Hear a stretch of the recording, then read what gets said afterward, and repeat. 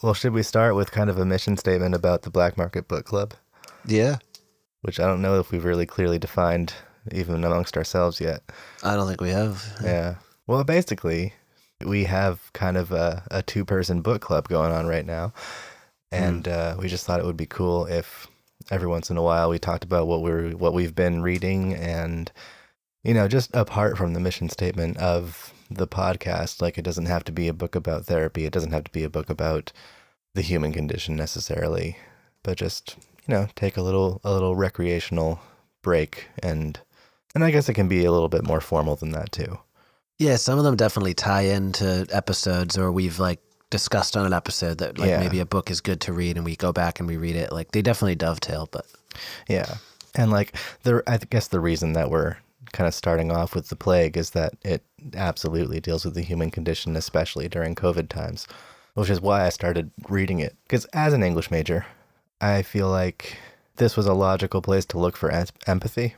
And I started reading it back in like April or May and sort of like took my time because the book actually, like it chronicles a year, essentially. And the year is basically what we've been through thus far. Like it's March to February or something like that.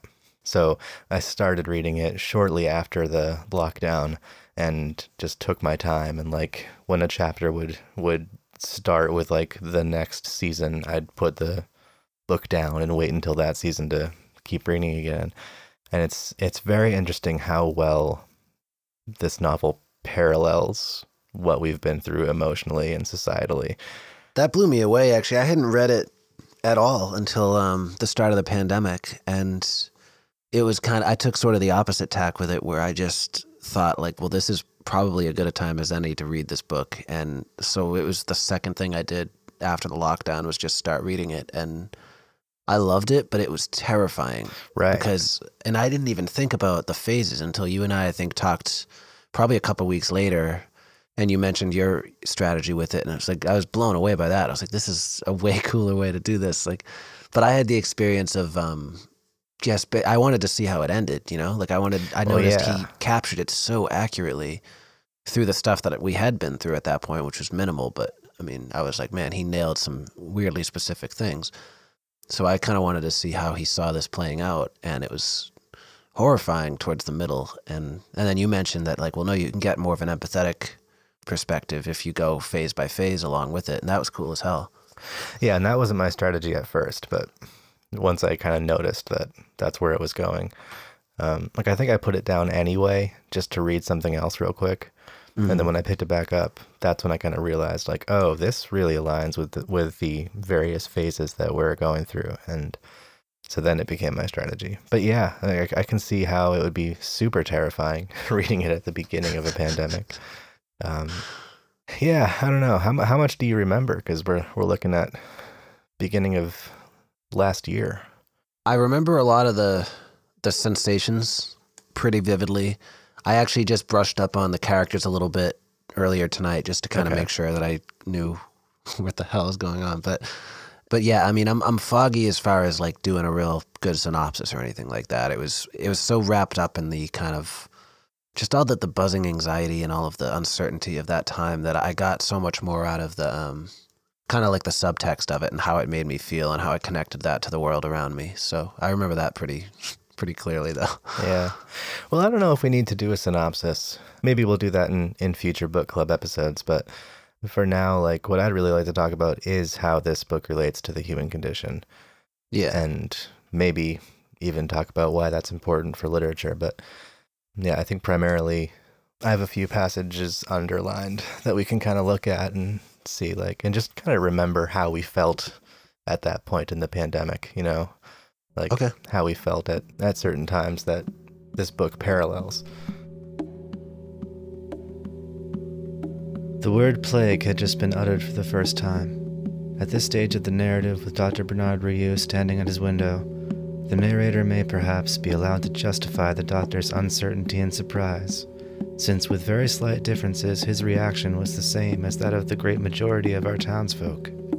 Everybody knows that pestilences have a way of recurring in the world, yet somehow we find it hard to believe in ones that crash down on our heads from a blue sky. There have been as many plagues as wars in history, yet always plagues and wars take people equally by surprise. In fact, like our fellow citizens, Ryu was caught off his guard, and we should understand his hesitations in light of this fact, and similarly understand how he was torn between conflicting fears and confidence. When a war breaks out, people say it's too stupid, it can't last long.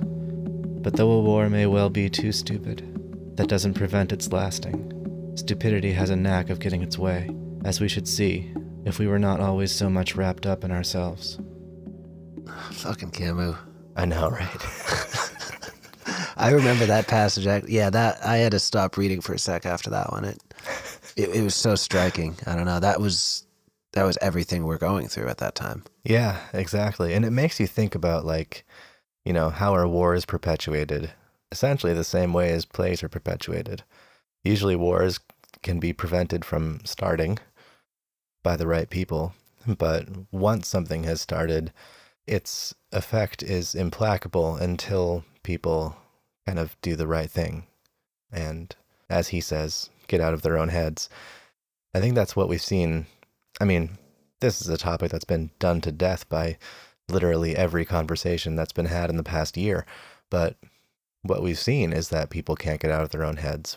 And what we've seen is that, like, people can't really reason with the preventative measures that we can take for slowing the spread of this thing. So, well, that's one thing I thought he captured really well, was the way that it didn't just begin with the plague, and it sort of followed the same track that ours did. Like, Ryu kind of was even doubtful himself, but then as soon as he started to realize that, oh, this is legit, like, this is kind of going to happen to us, the townspeople weren't totally getting it, and it sounded so fake, and it sounded like it wouldn't happen here.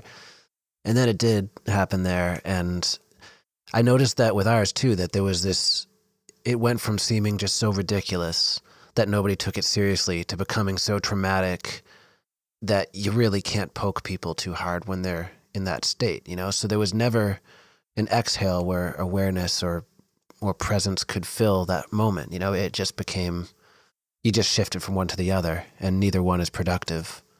And I've kind of noticed that here. It's like people went from this could never happen, like this just happens in faraway places, to we're not talking about the reality of it. We're talking about, all right, how the hell are we going to get through this? Like, how are we going to comfort ourselves enough to get up tomorrow? you know, I don't know. I guess, like, having read that part of it back in the spring, I guess it had a feel of, like, reading something that was written by a survivor of such a thing.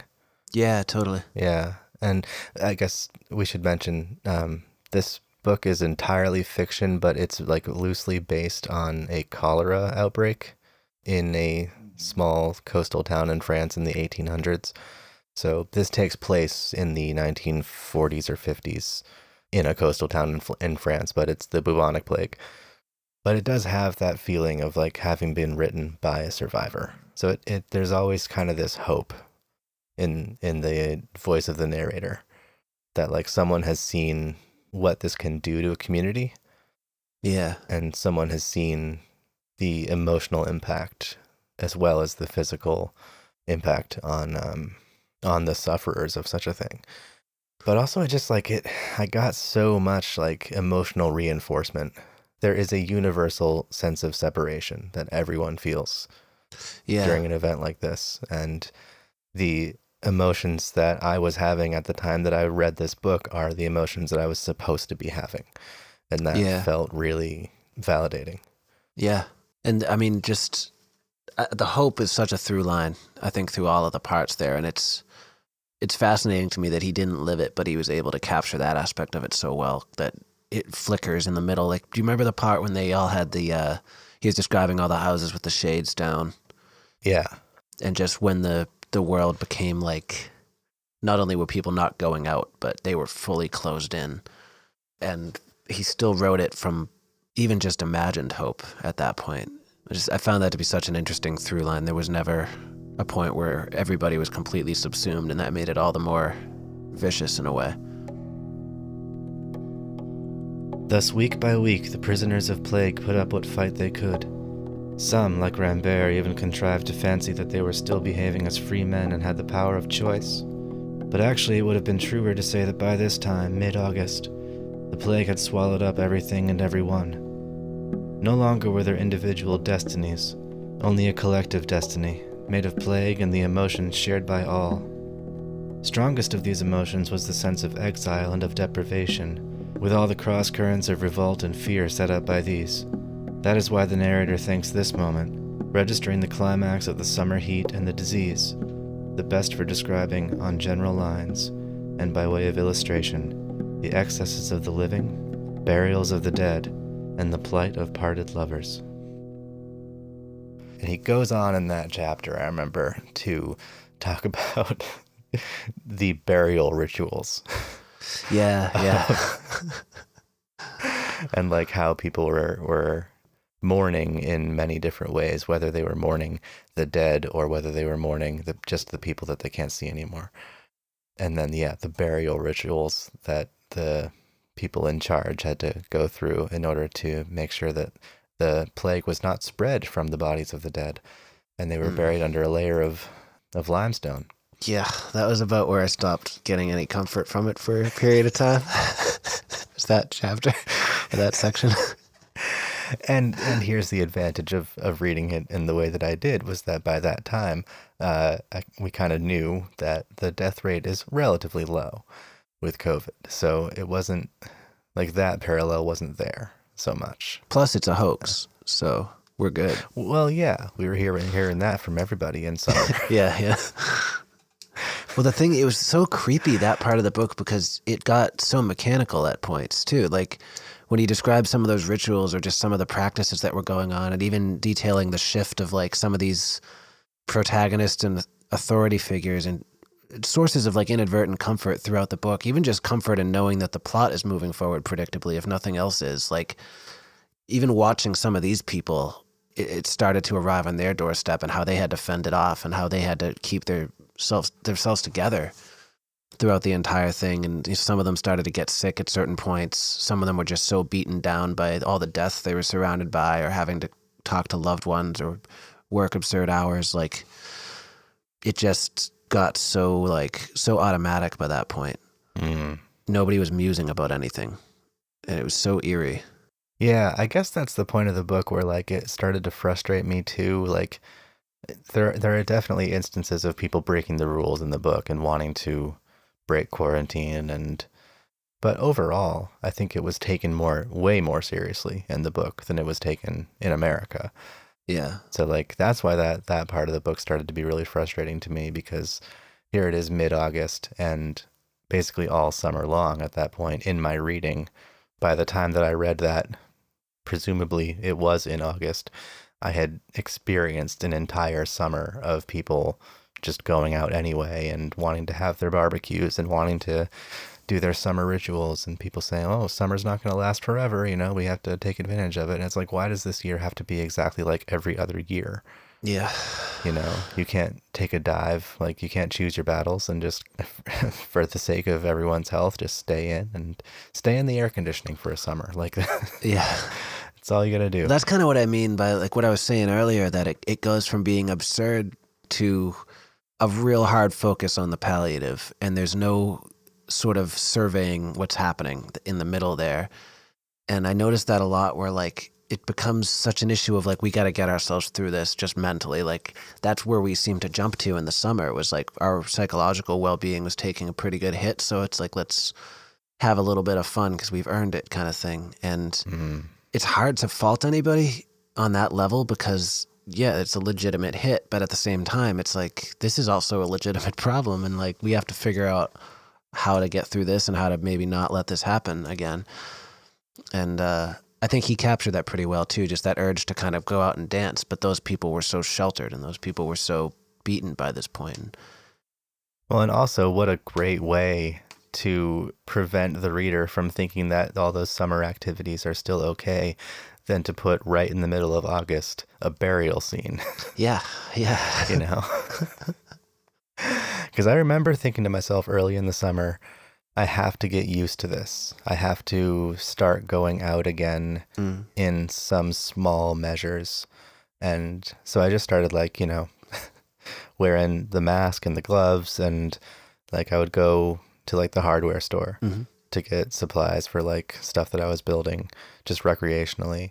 Or, you know, I'd go to the garden center and grab topsoil and plant supplies because I was getting really into indoor gardening.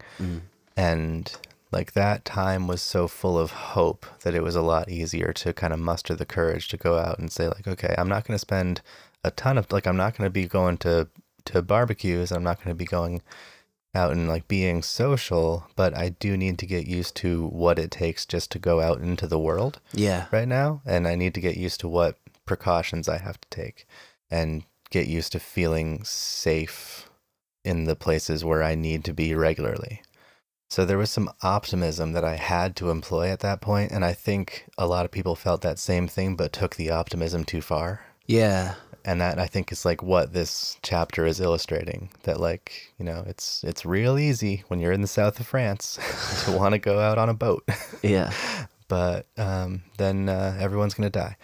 Well, that's a good point too, because it's also like any sort of a disease like that. It's so open-ended. It's not kind of like a binary thing where you can think like, if we can just weather this for this long, then it'll be over. Because I think most people are capable of weathering substantial discomfort for a finite amount of time, even if they don't realize it while they're doing it. But when it becomes like this might just be life, like all that talk about the new normal. Yeah. I mean, that's terrifying. And like, it does sort of make you confront it in a different way. That's not just the practical physical well-being way. You know, you have to think about it like, well, eventually I am going to have to go shopping, and this can't be a panic attack every single time. So how am I going to deal with this? And that's kind of its own thing. I had a very similar experience in the spring, and yeah, people took that so far the opposite way, that like, well, this doesn't also mean that we can pretend this isn't happening. It just means that like there's a middle ground.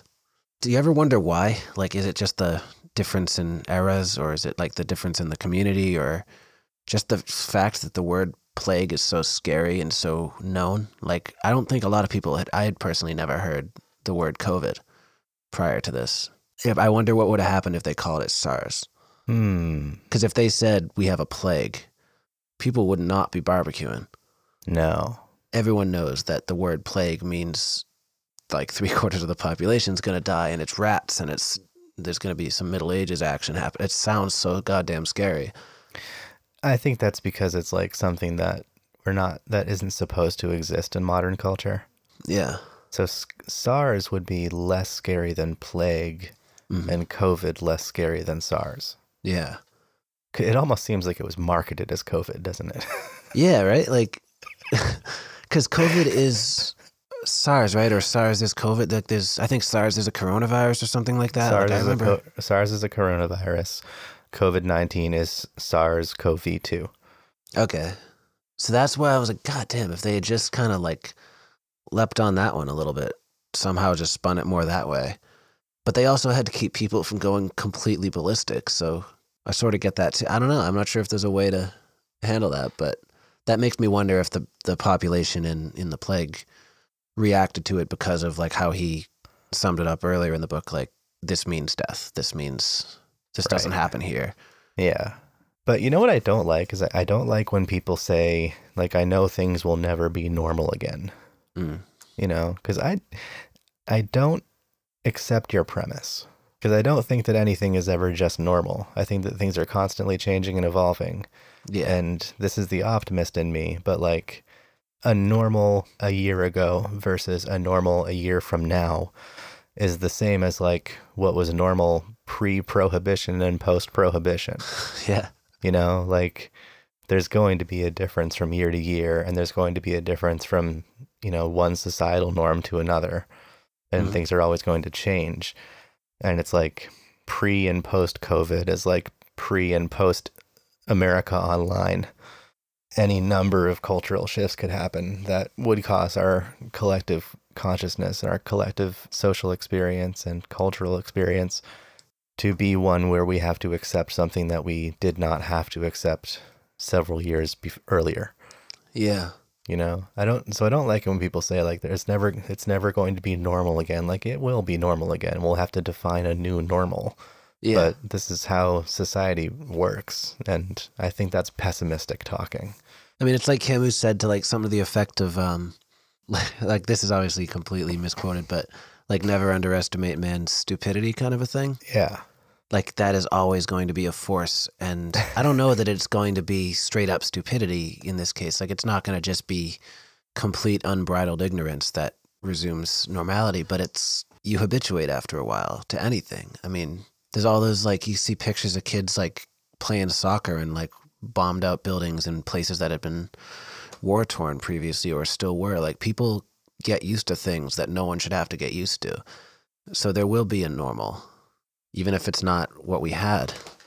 But I feel like it's also that through line of plagues and wars where we have this kind of weird climate now where like there's been shifts, like you mentioned, like prohibition, or you could say maybe something like the Depression where there were bread lines and things like that going on, and the act of living day to day was drastically different. But now it's like you have these constant reminders of like, you see the masks, you have to remember your mask, you got to put it on, you got to be real careful who comes over, there's these gathering limits. So I see that being a really hard thing to wrap the collective head around. Yeah. The same way it was in there. We're like getting used to like, this is how a funeral happens now. And this is what happens when your loved one gets taken away. Like it really redefines liberties that I think a lot of people don't even realize they have. Well, and also what is considered liberty, which is what this passage is talking about. It's like this feeling of exile and imprisonment and being unable to see everyone.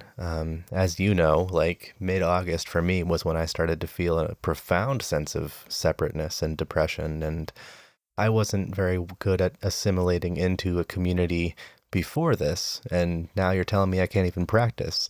Yeah. And I didn't feel put upon. I didn't feel like my government owed me my freedom or anything like that. But I did feel like I was starting to feel a profound sense of hopelessness, a profound sense of separateness from community. And it's kind of when I started kind of meditating on what belonging means. And there's, you know, this ideological pressure put upon you to like everyone has sort of developed their own individual ideologies around COVID and what they'll allow themselves to do and how big is their bubble and how many liberties can they afford themselves. Yeah, I don't know. So it just makes so much sense that like that's where we would enter into that mindset. It makes sense that it was summer, and it makes sense that that would be answered by like, oh, you can make those choices, but here's how you're going to have to bury your dead. Yeah. Dude, I like vividly remember waking up that morning, all those articles came out about running out of morgue space down in New York. Oh, yeah. Yeah. When they were like using the freezer trucks and stuff. That was like the most sickening thing. Like just to wake up and see those pictures and be like, okay, I've never seen that happen here. And then I think that night or like very shortly after there somewhere, an ambulance just went by. Like I was going to sleep and it had like nothing to do with anything, but it was just in that mindset of like, you know, you're waking up to like, we literally can't even bury our dead anymore. And this is like 2 weeks after realizing a pandemic can happen. Like I thought this was like a, you know, World War Z kind of thing, like a zombie movie sort of a thing. Like we don't have these, we have epidemics, but we don't have pandemics. Yeah. And that night, just this ambulance went by super slowly at like 3:30 in the morning with lights on and everything. And I just remember it like seemed so funerary. And this is like, I was like halfway through the plague and it just all came together in that moment. I was just lying in bed like, oh God, it's happening right here, like literally on my street. And in reality, I mean, it was probably not, but because, you know, we didn't have any outbreaks or anything right here. But at that moment, it seemed like it could be anywhere. And it was just, it literally hit home of like, just how I so like remember how slowly that thing was moving, and it was so fucking creepy. And it was the only light in the world. Like I live in like the boonies compared to a place where cars actually go at 3 a.m, and it was the only sound, the only vehicle, and just the low noise. And it was like, it just sunk in real time. While that thing went by, of like, wow, this is life now. I gotta figure this out. It comes to this. Like all of us who have not yet died of plague, he fully realizes that his freedom and his life may be snatched from him at any moment. But since he personally has learned what it is to live in a state of constant fear, he finds it normal that others should come to know this state. Or perhaps it should be put like this. Fear seems to him more bearable under these conditions than it was when he had to bear its burden alone. That's a very specific perspective to this whole situation that I don't think I would have related to in this book beforehand. It's like the underbelly of solidarity, you know? Yeah, because when you think of collective fear, like what's necessary in that moment is solidarity. But I haven't ever experienced that specific type of fear. Like the closest I've ever come was 9/11. Mm. And that wasn't really as prolonged. Yeah. Or even really as threatening, if I'm being honest. Yeah. There were like conspiracy theories about what place was going to be attacked next, whatever. Yeah. But it never really, it wasn't really a palpable threat. Like you had to really, really believe that there was some imminent danger that wasn't actually provable. And it was focused. Like it was, even if it was coming, you know, it was coming to specific places. There were forces working against it. There's kind of the good and evil mindset that can take hold. And that's almost, at least relative to this, I personally find that a little bit easier to wrap my head around, that kind of fear, than something that's like you all of a sudden just find out is in your midst. But that also has been like, I have to imagine in this book, like the people in this town are like completely isolated from each other. And like they shut down the postal service and everything. And like I imagine maybe they could have made phone calls in this milieu. But, you know, that's like been the most important thing to me, is keeping in touch with people and talking about our fears. Like that's been hugely valuable. So Camus was reading my mind at that point in time. Yeah. It's just like I want people to actually understand my reasons for being afraid and then tell me their own. And yeah, I got a lot out of that. But it was odd too, because nobody could say that it was going to be okay. Right.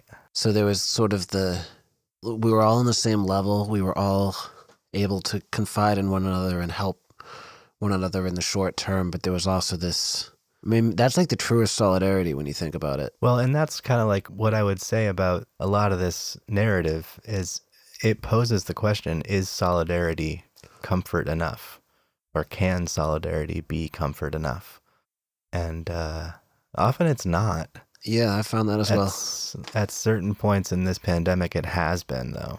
On average, I think it's not, personally. It's like just on a macro level, you know, but there are definitely those situations where it's just the thing that you need. And those mean the absolute world. Yeah, I think I value physical comfort more. I value like actually being in person with people more. I've told you before, I did not realize how much like sharing a meal with someone is like the gold standard of shared experiences. Mm. But yeah, I do think that I'm even looking for it more. I'm even looking for solidarity to be a form of comfort such that it can sustain me. If I don't have access to physical touch, if I don't have access to close proximity with another person in that moment. Yeah. It's a way of dealing with the formality of it too. Like not even just the fear, but like one of the things I think that hasn't been really talked about as much is that even though we've all been, you know, you see all the commercials and shit where people are like going to work in their pajamas and whatever, but this has really been the death of casual. Like we've lost the ability to just casually do basically anything, because it used to be like not only sharing a meal, but you could just sort of choose on a whim to share a meal. You know, you could all just be walking down the street and say, let's walk into this cool restaurant or this diner and like sit down and have a cup of coffee or something. Mm-hmm. I don't know when the next time I'll personally be able to do that is. And so in that way, the solidarity is huge, because at least it's like, well, it's not just me. I don't feel as much like a prisoner when I think about that, because it's like, well, yeah, this is just gone. And isn't that why we resent people who are still going out and being maybe more social than they should be? It is, yes. Because like you can see, like if you have a friend who's doing that, you can see them and be like, will you please make our next meal together as valuable as it will be for me? Mm-hmm. You know, and like it's like, I guess like just acknowledge the scarcity of the moments that we have together so that they'll be as rewarding when we have them again. Yeah. Yeah. Plus there's just the feeling of impending loss when that happens, of like Like if I have a few close friends, family members and things who are being, in my opinion, way too fast and loose. And I'm now like also considering the fact that they may very well die and I may very well never see them again because it's not safe for me to see them. Yeah. And I can't get them to like understand that on any level. So there's all these layers to this, man. It's like, that's the thing that blew me away the most about this book overall, was just how many of these weird little layers and these like double back moments that you have, like all of these little intricacies. I don't know. I don't understand how the hell he nailed those so well. I mean, it's Camus, but it's also like, holy shit. Like there were subplots upon subplots that I didn't even know existed at certain points of reading this book that now I've realized I've lived. And when I think back to them, I'm like, how could he even fucking imagine that? It's funny. Like he dedicated so much of his life and his work to the exploration of the human condition that I think just like just a fictionalized account of what could potentially happen in a small town if an epidemic were to occur, he just knows. And isn't that proof positive that there is a human condition then? Is there a debate about that? Well, I mean, it's so crazy to see it with such a fine point that like, yeah, it's such a studyable thing and it's such a universal thing that he can take it as an abstraction and make it this specific, and then we can live that specific version of that abstraction and it still checks out. For the first time, Ryu found that he could give a name to the family likeness that for several months he had detected in the faces in the streets. He had only to look around him now. At the end of the plague, with its misery and privations, these men and women had come to wear the aspect of the part they had been playing for so long, the part of emigrants whose faces first and now their clothes told of long banishment from a distant homeland. Once plague had shut the gates of the town, they had settled down to a life of separation, debarred from the living warmth that gives forgetfulness of all. In different degrees, in every part of the town, men and women had been yearning for a reunion, not of the same kind for all, but for all alike ruled out. Most of them had longed intensely for an absent one, for the warmth of a body, for love, or merely for a life that habit had endeared.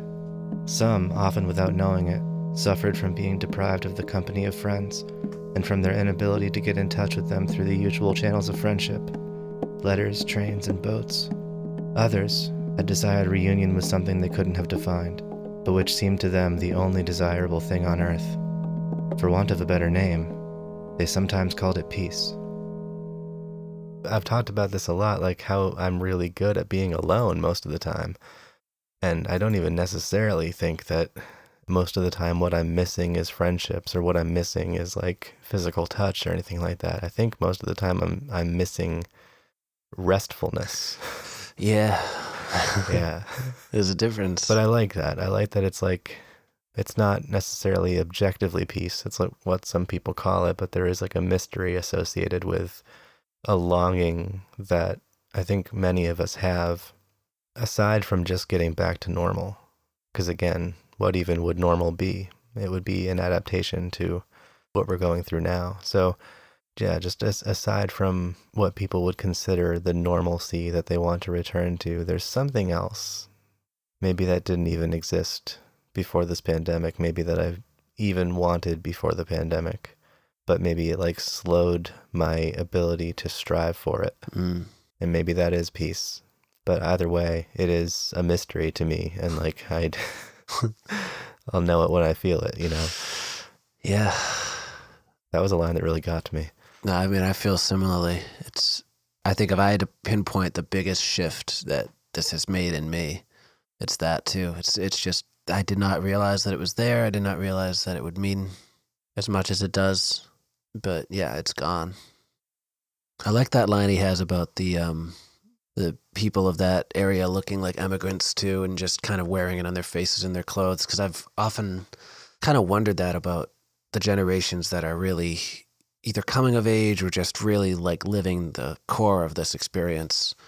You know, how's this going to look years down the line? Like, are we going to look a little bit different? Are we going to just have, you know, some people just got that look in their eye and you can tell they've just been through it, whatever it might be. Like, I just wonder if there's going to be that little bit, the way like a lot of elderly people who went through the depression can look like, or can act like. They just have these personality traits kind of hammered into them that like, you know, they might suppress them to some extent, but there's going to be those little flickers where you're like, oh yeah. And I just wonder how much of this we'll all be able to wash off. I don't know. My presumption would be a bit.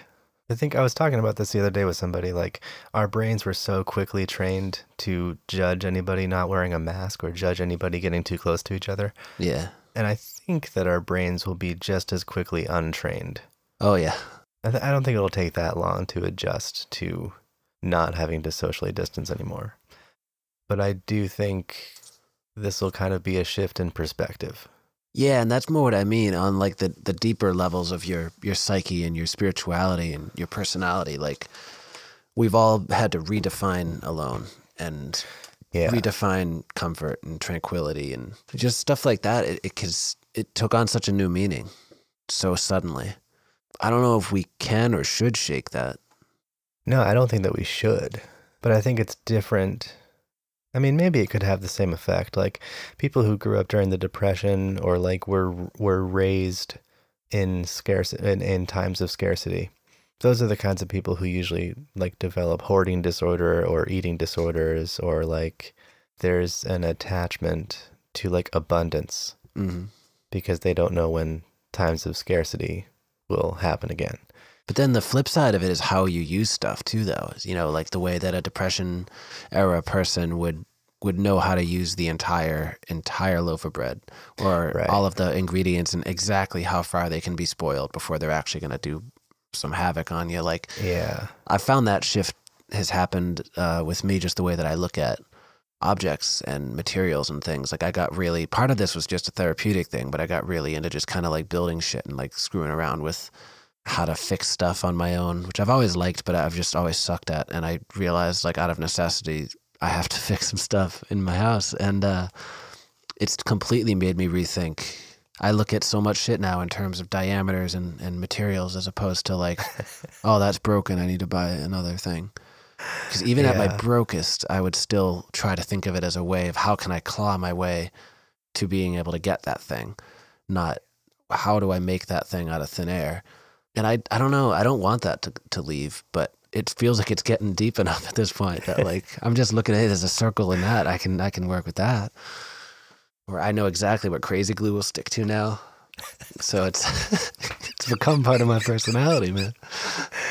Oh, I love that. No, I totally agree. There is a resourcefulness that I think we've all had to develop. Yeah, personally, I'm a way better cook now. Like I was already a pretty decent cook, but like I learned the other day how you're supposed to properly season rice. And my life is forever changed. How do you do it? Dude, turmeric, coriander, and nutmeg. Huh. Yeah. We should do a black market cookbook club. That sentence started coming out and it just went somewhere else briefly, but black market cooking something. I don't know. We'll find a way to make it catchy, but...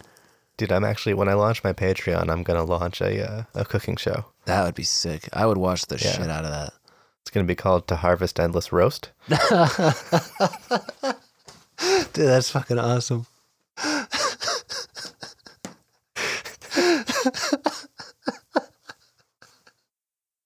Oh man, I would watch that every single time you put something I can't wait. It's going to be great. Oh, that'll be great. I could see that being the most soothing thing, but also just good recipes too. And the listener has probably not had your bread or your coffee. Probably not. They should learn how to make it if you're teaching them. I'm just going to leave it there. Yeah. Like the whole world needs to learn to be better cooks. Yeah. And that was definitely one of like the things that I had in mind right when the pandemic started. Just like, oh, I'm going to have to stock up on food because I know like there were a few months in a row where I did buy a month's worth of groceries. Yeah. So that I wouldn't have to go to the store. And that was way too stressful. So I went down to like 2 weeks. But yeah, like at the beginning of that 2 weeks, like make some stuff ahead of time, you know, cook some things that are freezable, just stuff like that. And you just learn how to prepare food better and you learn how to budget it out better, you know? Yeah. I've always maintained like an ability to make all my favorite foods. Like I've always made sure that the bare minimum I can cook what I like, and I can cook like kind of what's on the periphery of that. Like make sure I can cook like like I don't make a lot of baked goods for myself, but I want to be able to pull a birthday cake out of my ass at 2 a.m. and like, which I've had to be able to do. And it's like, it's good to know. It's like driving stick, you know, it's good to just kind of like have that tucked away. Yeah. But this whole thing has made me really look at it with a little bit more creative zeal and like think about the spices and think about the different things you can, I don't know, what you can form. Like you take the same set of ingredients and turn them into 1,000 different things. And that's always kind of fun. Yeah. Well, the other thing is like, you know, for the most part, Kate is the only one that I'm having that shared experience with of like sharing a meal together, you know? So when she comes over, I want to do it right. She's always a better cook than me anyway. But there are some things that I just do a little bit better. And I think she would agree. We'll find out. Yeah, no, I think like that's the most important thing to take away from this pandemic is like emotional resourcefulness and physical resourcefulness. And like, if you're not doing that, you're not doing the job right. Yeah. Yeah, because it's sort of like, on one hand, I actually thought about it a lot in like literal terms, but in the beginning of it, I think I mentioned in one of ours too, but I thought a lot about like just people in prison. And like, I think Nelson Mandela came to mind specifically when I was thinking about that. But I was just considering like, man, these are people that are stuck in this tiny ass room with the bare minimum to survive. And you know, they're keeping up weightlifting routines and they're making like snacks and meals and all sorts of shit. And they're reading, some of them come out with degrees. They come out with the whole new spiritual angles. Like if that's what the human mind can do in captivity like that, I still get to be in my house. Like this is not that bad compared to that. Yeah. So it became more of a like, all right, well now let's just survey the cage a little bit and let's figure out what's in here and what we got to work with. And like, then it became inspiring in a weird way. There's still the terror and the depression and like those things are still alive and well. But like I very early in this made an agreement with my mom, like we're going to try to learn a new skill or learn a new recipe or something every day. And just, we have to eat, we have to fix shit, we have to build shit or whatever. So let's make it fun. Let's make it challenging. And we've missed some days, but I mean, on average, it's been really kind of interesting to see when you start pulling on that thread and you start like just saying, all right, I'm going to just read a ton. Let's start reading all these books that I've been interested in for a while, or learning a new language or instrument. It's like, there's so much shit you can do when you sort of let go of that old normal. And yeah, it brings its own set of shit with it, but it becomes kind of weirdly awesome at points. Yeah, no, I agree. That's why spring was so optimistic for me. Yeah. Because like that's kind of when I had that impulse. The impulse to learn new skills, the impulse to improve myself while I had the time to improve myself. And then, as you know, my life kind of fell apart a little bit and I was way overextended for a while. But now I'm kind of back to that to that sense of normalcy. Like see, even now, I can look at June when there was a pandemic and now when there's still a pandemic. And I'm saying I'm going back to a certain type of normalcy that existed then. Yeah. That I'm looking at more free time and I'm looking at more, a better ability to focus. And I feel like I'm back into that headspace now. Like I'm going to learn new things again and I'm going to be occupying my time the way that I think more people should be right now, because you will have those extra skills and you will have that sense of having been through it and that sense of having survived something, not helplessly, but with as much resilience as you could muster. Yeah. And even from those moments where the bottom falls out, you learn from that if you look at it, even if it's in retrospect. I mean, there's value in finding an honest to God limit. And it's easy to not do that on average, like in life, just throughout normal life. It's just, you don't always have to. Like there's not always an opportunity to push yourself that hard. And now it's, I don't know, it's almost like when like an athlete is working on their usual shit and then they go up to a place with a very high elevation and just doing normal stuff becomes 10 times harder, doing hard stuff becomes fucking impossible. And then they come back from that having learned a lot more about the mechanics of it and they become stronger and stuff. It almost feels like that. It's like just going to the store now is like what public speaking was. So there's so much shit happening on a minute level that we're not even aware of. And yeah, when the bottom falls out for a couple weeks and you can't get out of bed or whatever, things are not going well, and then you come out the other side, you can learn from like, all right, I hit this kind of limit. How did I handle that? How long did it last?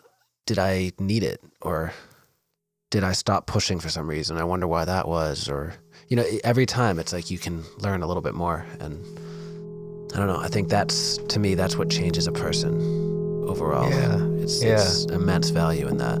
But you gotta suffer equally immensely to get that value.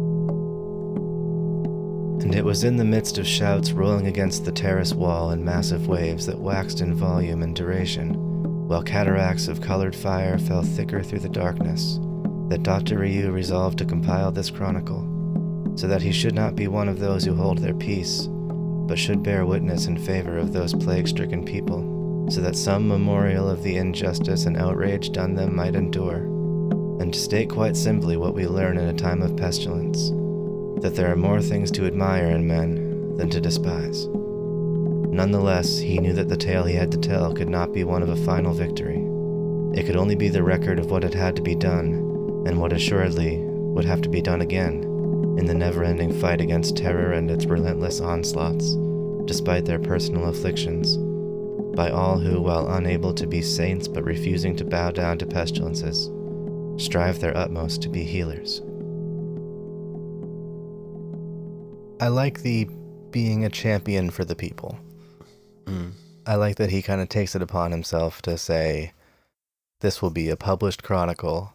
And I think that's kind of like Camus' whole thing in this book. Like, no one's ever done this before. No one's ever put down on paper exactly what the emotional struggles are of this level of separateness. Since there have been written accounts, people have chronicled the witch trials, or I'm sure other pestilences of some kind, and like various instances of collective suffering throughout history. But he does it in this way that tells us how we will feel. Yeah. And not just what we will see if this were ever to occur in our lifetimes. I actually wonder if people who read this book before COVID were better prepared. Yeah. Yeah, because there's so much stuff in there that gets revealed to you. Yeah. And he just kind of sets it up for you to understand. And then there's other things that he does totally just clue you in on, and the comfort is... I'm feeling the empathy nowadays way more than I did in the beginning, but the comfort that he can provide too is enormous. Yeah, and I like the... I think that the way that Ryu is being the champion for the people is that he is... in letting it be known that there is more to admire than to revile, or whatever word he used. Is he saying, like, what there is to be admired about men is that, let's use the word humans, is that they are capable of solidarity in this way, is that they are capable of empathy, is that they will share an experience like this. And you'll have a sense of how they feel because they are you. Yeah. And I think that's the way in which he's being a champion of the people by publishing this thing. Like, you can speak in generalities and you can speak in more universal assumptions about what people are experiencing, what people are feeling, because, as you said before, the human condition is so studyable and so predictable in a sense. But yeah, reading this book, like, really, as I said at the beginning, like, validated a lot of the emotions that I've been feeling over the course of the pandemic. And it made me crave more solidarity, for sure. Yeah. Like, it made me wish that the personal fears that I've had were seen more. But it also just made me to understand that this is canon. Like, these emotions, these kind of experience, like, it doesn't not belong in the world. You know, sometimes it happens and you have to adapt. Yeah, I mean, it's weird to think about things like this in those terms, because I was actually just thinking about this like a few hours before we went on mic here, but I was thinking about the Dark Ages, how we read about that as just an epic, but that was a lot of people's entire lifetime. Like, their lives were just the Dark Ages. And that is it. Yeah. They didn't get to like pop through the other side and go, wow, shit, that was horrible. But for some reason, it is comforting to find out that, like, yeah, we're living through one of these. I wonder how that's going to go. And yeah, and you look at a time like that and you got to think to yourself, well, why shouldn't the idea of original sin have been canonized, you know? Yeah. Because everyone must have felt punished. Yeah. From the second they're born. Yeah. I mean, by any, like, logical metric, they were, too, because it's just every moment of their life was just inexplicable punishment. So at least we're not there. Yeah.